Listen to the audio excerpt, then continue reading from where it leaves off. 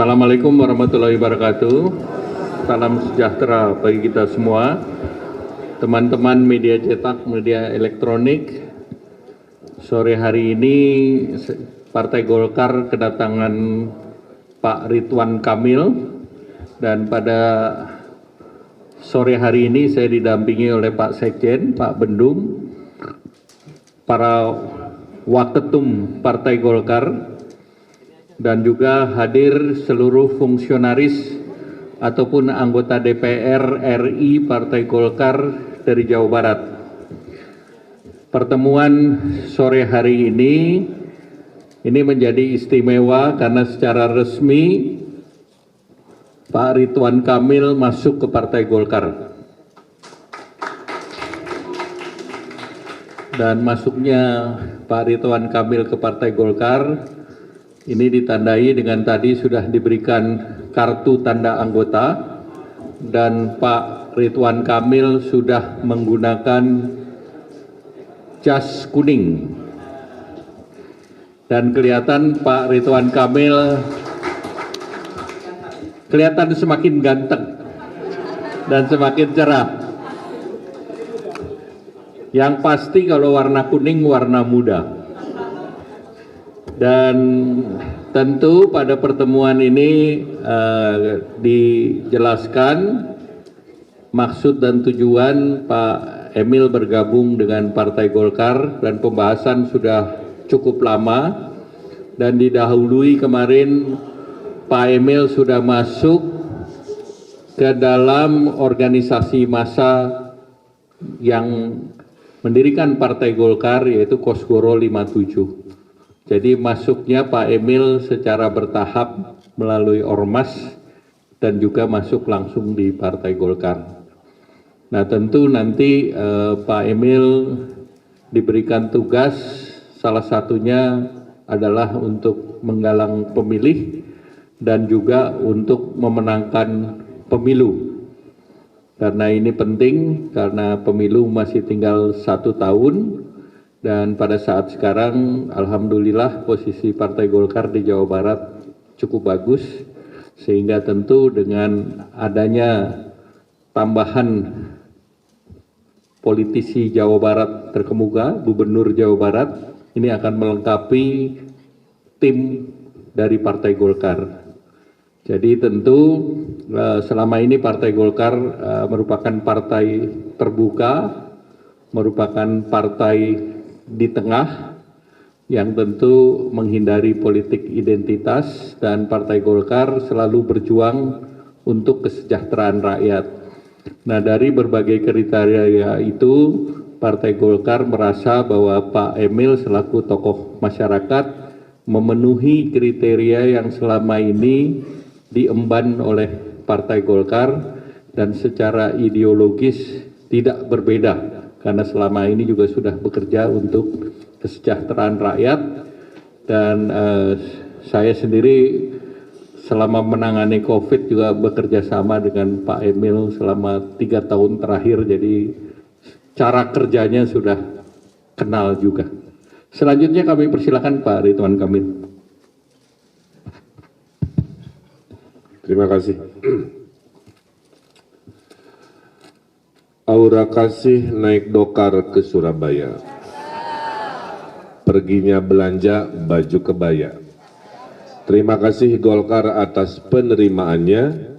Mari bersama sejahterakan Indonesia. Yang saya hormati Pak Erlangga Hartarto selaku Ketua Umum Golkar beserta jajaran, rekan-rekan media yang saya lihat sangat antusias. Yang pertama, semua indah pada waktunya, ya. Jadi ini adalah keindahan waktu yang pas, karena lahir batin saya menyatakan siap untuk terus berkhidmat kepada masyarakat, membangun Indonesia melalui dimensi baru, yaitu bergabung di partai politik. Selama 10 tahun juga sudah mengabdi melalui tugas sebagai kepala daerah. Tentunya ini adalah satu amanat kita menjaga demokrasi kita. Kenapa Partai Golkar? Yang pertama, Partai Golkar itu sangat kuat sebagai simbol partai tengah, ya.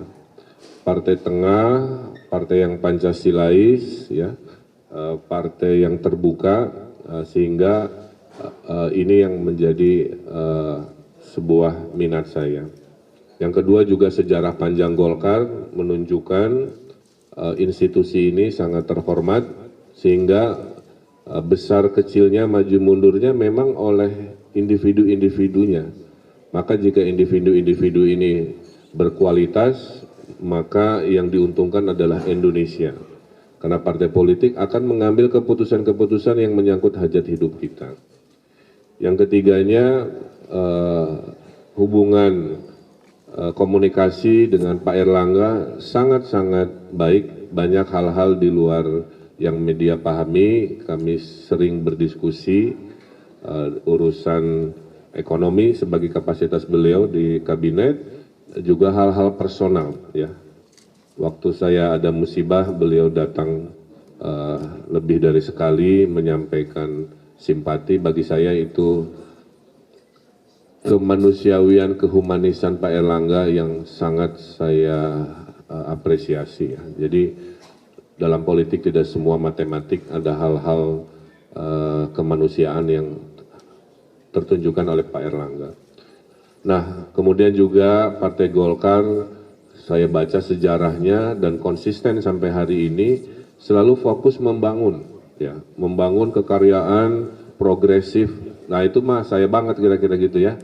Saya orangnya nggak bisa diem, inginnya membangun, membereskan yang semrawut, meluruskan yang bengkok dengan ikhtiar-ikhtiar, dan saya lihat sejarahnya membuktikan itu, ya. Nah, oleh karena itu dengan pertimbangan-pertimbangan tadi ditambah sudah mendapatkan restu lahir batin dari keluarga, saya masih punya ibu Cinta juga merestui dan lain sebagainya, datanglah ke hari ini itu, ya. Jadi saya per hari ini sudah berjaket kuning, sudah ber-KTA.